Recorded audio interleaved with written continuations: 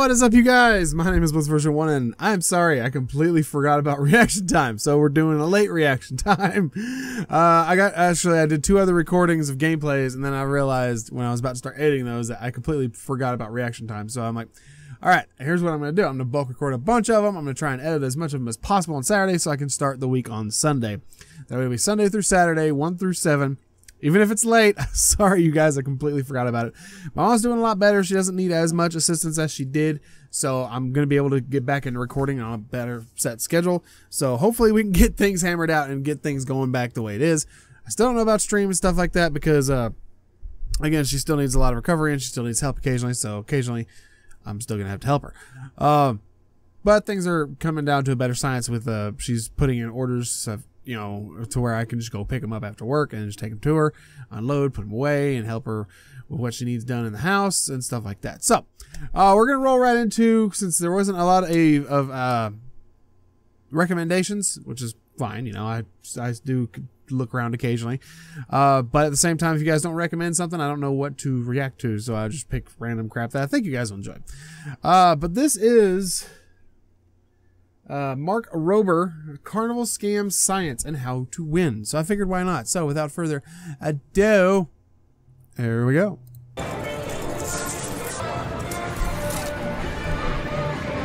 11 feet. 11 feet.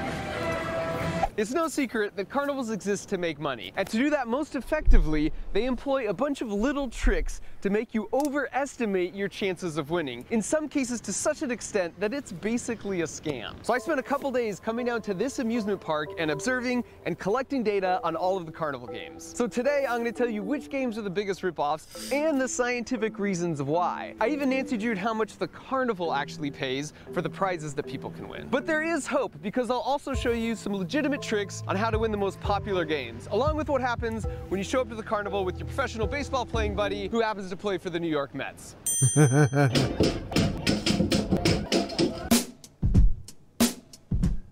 Let's get started.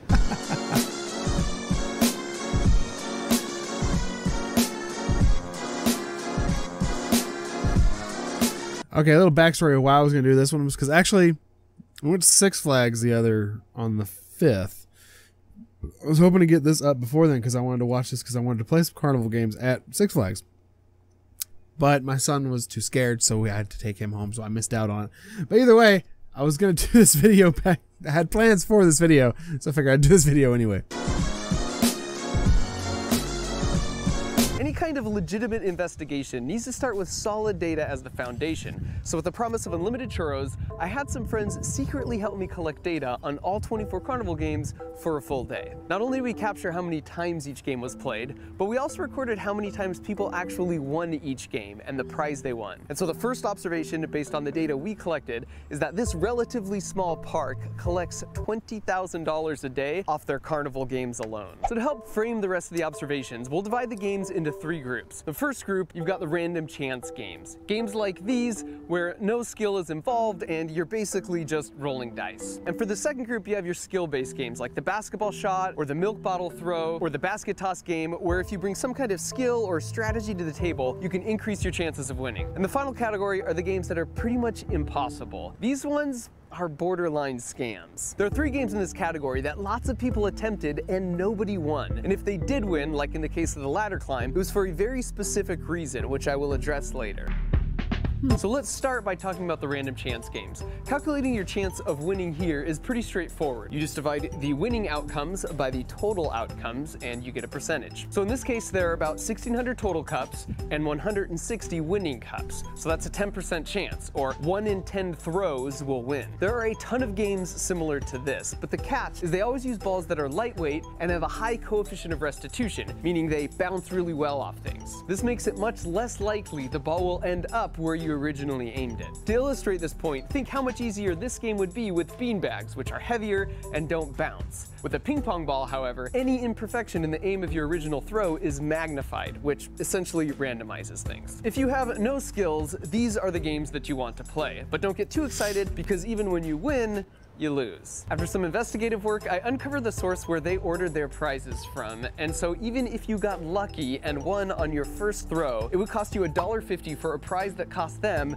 45 cents. But you usually don't get it on your first try, so treating this as an expected value problem in statistics, it would take you an average of 5 times to land it in a yellow cup, which means you pay $7.50 for something that cost them 45 cents. In the case of the big prize, by landing it in the super rare gold cup, it's even worse. It would take you an average of 25 tries, which works out to $38 for something that cost them $6. And I'll add, the number of people we observed winning matched up pretty well with these statistical predictions. Now let's talk about the second group, which are the skill-based games. And one of the most popular in this category is the basketball toss, with 825 plays the day that we observed. Now a standard three-pointer is 24 feet back on a rim that is 10 feet off the ground. But in this case, the line is 28 feet back on a rim that is 11 feet off the ground, which is subtle, but if you have a deadly three-pointer locked into your muscle memory, you will tend to miss short, which is exactly what we saw a bunch. The reason they have the big slope tarp in front is so that someone can't stand directly underneath the rim, where the height difference would be much more apparent. And here again, even if you go Steph Curry and drain your first $3 shot, you still lose because they only paid 80 cents for that basketball. Here's another example of getting you to overestimate your chances of winning by making subtle changes, because the table is slanted up slightly, which will reduce the horizontal velocity of the ball after the bounce. So even if you dominated this game all through college, your previous experience almost becomes a handicap.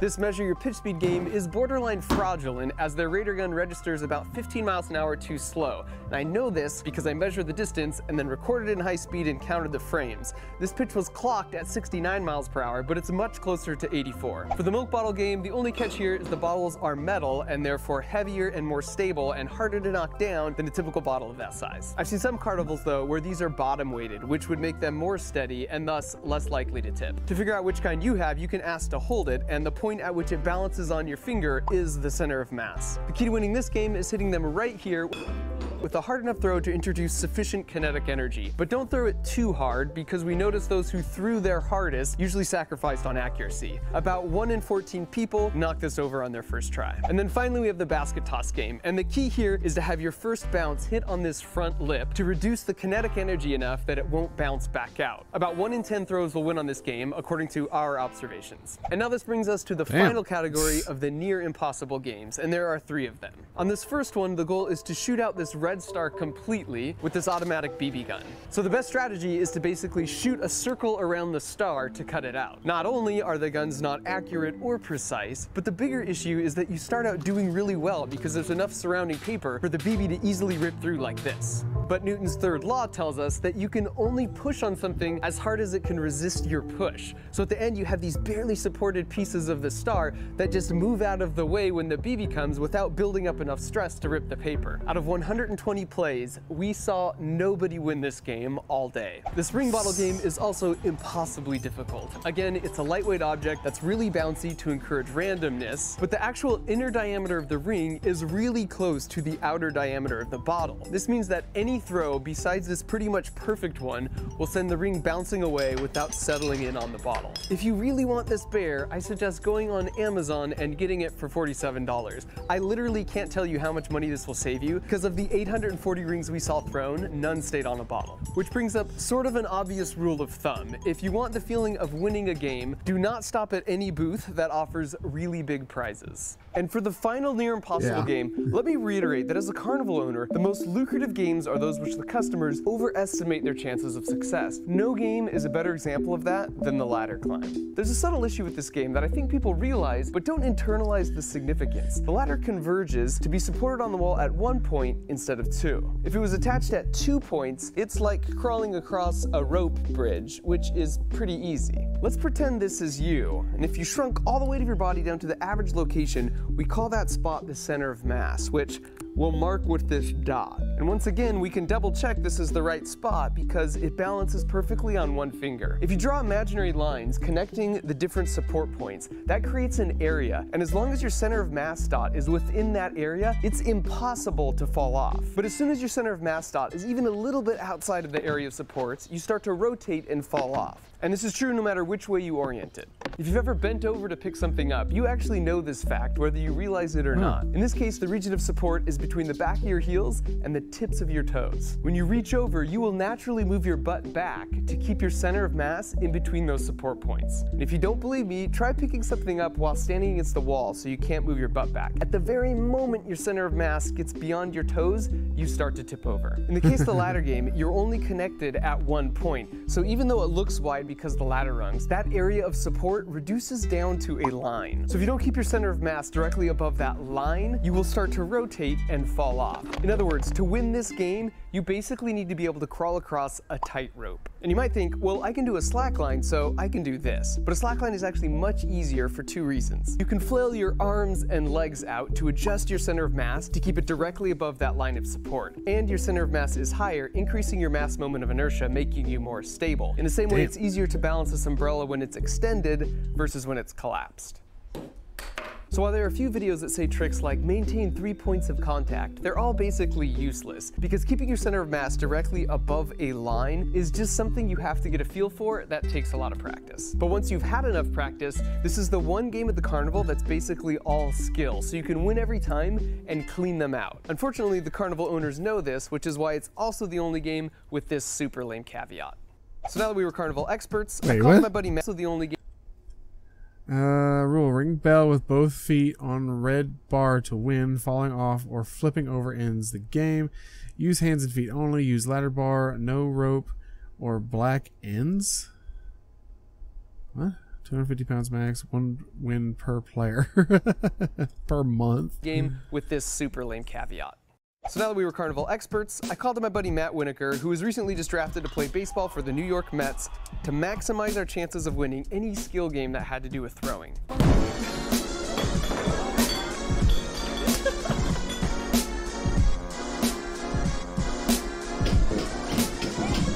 God damn.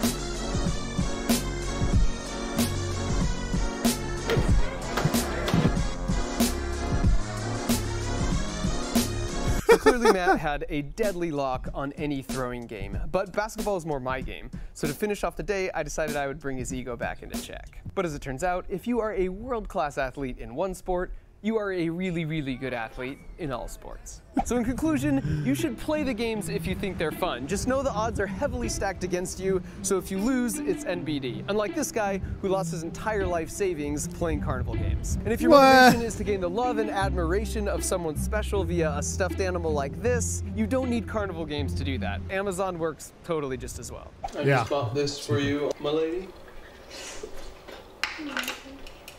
Why?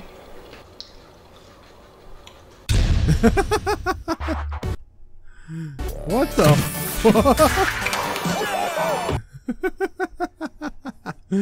That was interesting. I mean, I know I was quiet through a lot of that because I was super intrigued in that. It's like really interesting because I love science. I love stuff like that. I hate physics. It ruins life and it ruins the magic of life. But it's really cool. And if you're a really good physicist, more power to you because you know a lot of shit. But that is going to do it for this episode. I'm going to roll into the next one. So thank you guys so much for watching. If you enjoyed, feel free to hit the thumbs up button. And I'm sorry this is late. I legitimately completely lost it in train of thought. But I should be getting back into recording. Schedule should be resuming as soon as this episode comes out on Sunday. So let's hope it all goes well and I can stick to this plan. So thank you guys so much for watching. If you have anything else you guys want to see me react to or play, or put it in the comments down below. I'll try and get to them. If I don't get to them this month, which I probably won't because I'm bulk recording a lot of these on Friday, then I'll get to them next month or in the next months to come by putting them into the playlist that you guys can't see. So that being said, thank you guys so much for watching, and as always, I'll see you in the next one. Hey, and peace. What's up?